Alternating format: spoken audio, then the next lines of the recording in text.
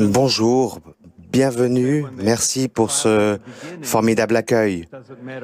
On dit que lorsqu'on applaudit au début, ça ne veut pas dire grand-chose, mais que si vous êtes encore réveillé à la fin que vous applaudissez, cela voudra dire quelque chose. Merci.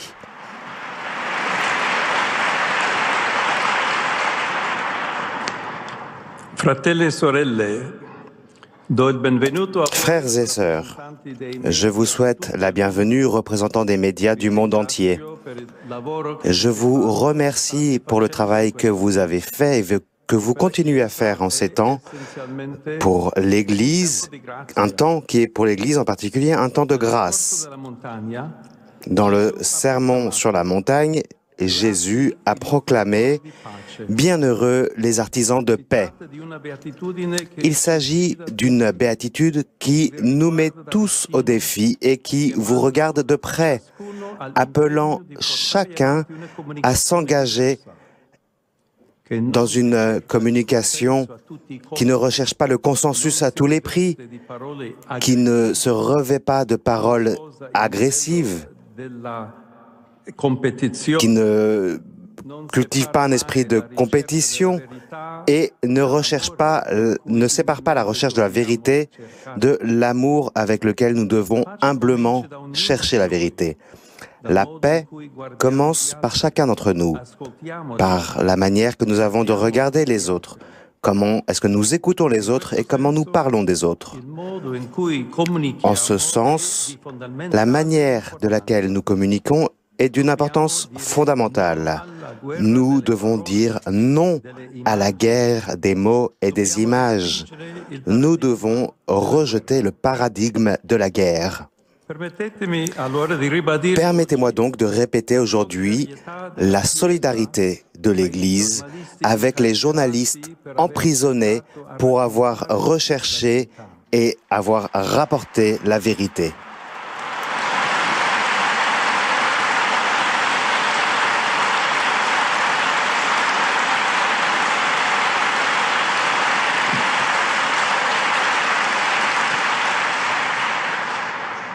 Et par ces mots aussi, nous souhaitons demander la libération des journalistes emprisonnés.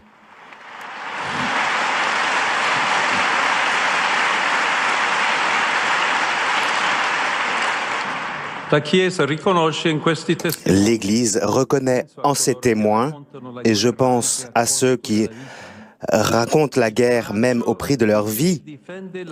L'Église reconnaît dans ces témoins le courage de ceux qui défendent la dignité, la justice et le droit des peuples à être informés, car seuls des peuples informés peuvent prendre des décisions libres.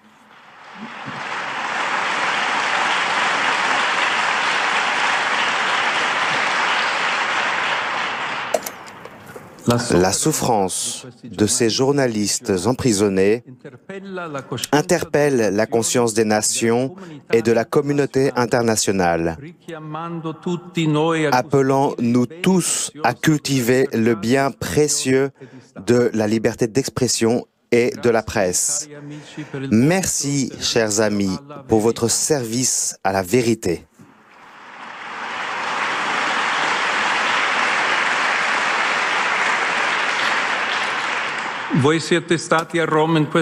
Vous avez passé ces dernières semaines à Rome pour raconter l'Église, sa diversité et également son unité. Vous avez été présent depuis la Semaine Sainte. Vous avez rapporté la douleur de la mort du pape François.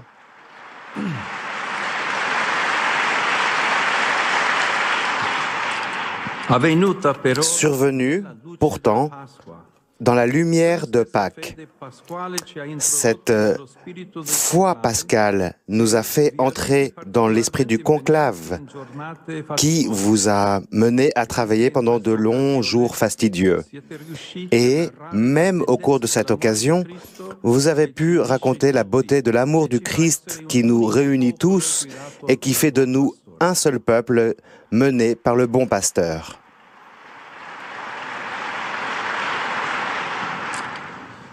Viviamo tempi difficili da percorrere. Nous vivons des temps difficiles à vivre et à raconter, qui représentent un défi pour chacun d'entre vous, un défi duquel nous ne devons pas fuir. Au contraire, il demande de chacun d'entre nous, dans nos divers rôles et services, de ne jamais céder à la médiocrité. L'Église doit accepter le défi de notre temps et, en ces temps, il ne peut exister de communication et de journalisme en dehors du temps et de l'histoire. Saint Augustin nous le rappelle en disant « Vivons bien et les temps seront bons, nous sommes les temps ».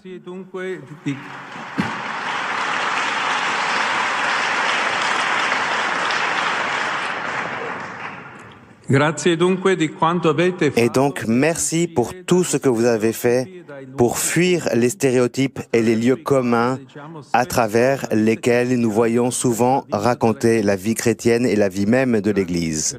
Merci parce que vous êtes parvenus à saisir l'essence de ce que nous sommes et à le transmettre au monde entier par divers moyens. Aujourd'hui, un des défis les plus importants est de pouvoir promouvoir une communication qui puisse nous faire sortir de la tour de Babel dans laquelle nous nous trouvons parfois, dans la confusion de langages dépourvus d'amour, souvent marqués par les idéologies ou les positions partisanes.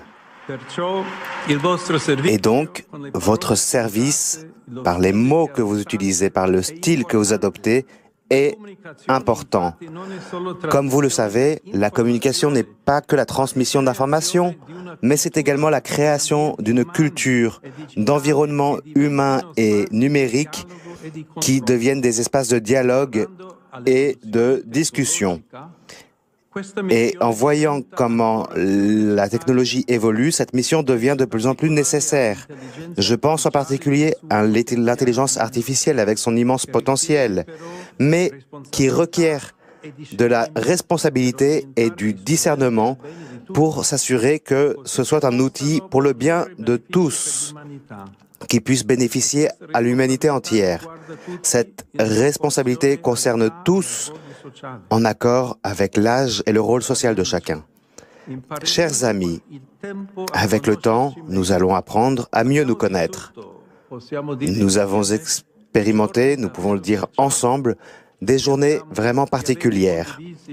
Nous avons partagé par tous les médias possibles, la télé, la radio, le web, et j'aimerais que chacun d'entre nous puisse dire que chacun a révélé une petite partie du mystère de son humanité et que chacun est resté avec un désir d'amour et de paix.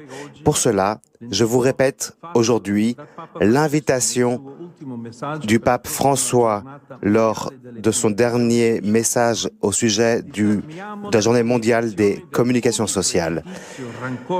Désarmons les communications de toute forme de préjugés et de ressentiment, de fanatisme et de haine. Libérons la communication de l'agression. Nous n'avons pas besoin de parler fort et fortement, mais plutôt d'une communication capable d'écouter et de recueillir la voix des faibles qui n'ont pas de voix. Désarmons nos paroles.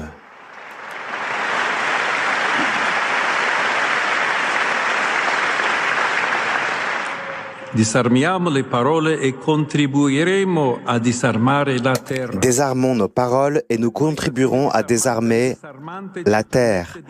Une communication désarmée et désarmante nous permet de partager une vue du monde et d'agir en manière cohérente avec la dignité humaine.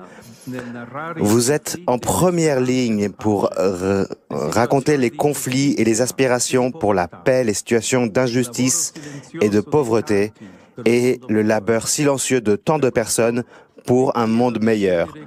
Pour cela, je vous demande de choisir avec conscience et courage le chemin d'une communication de paix.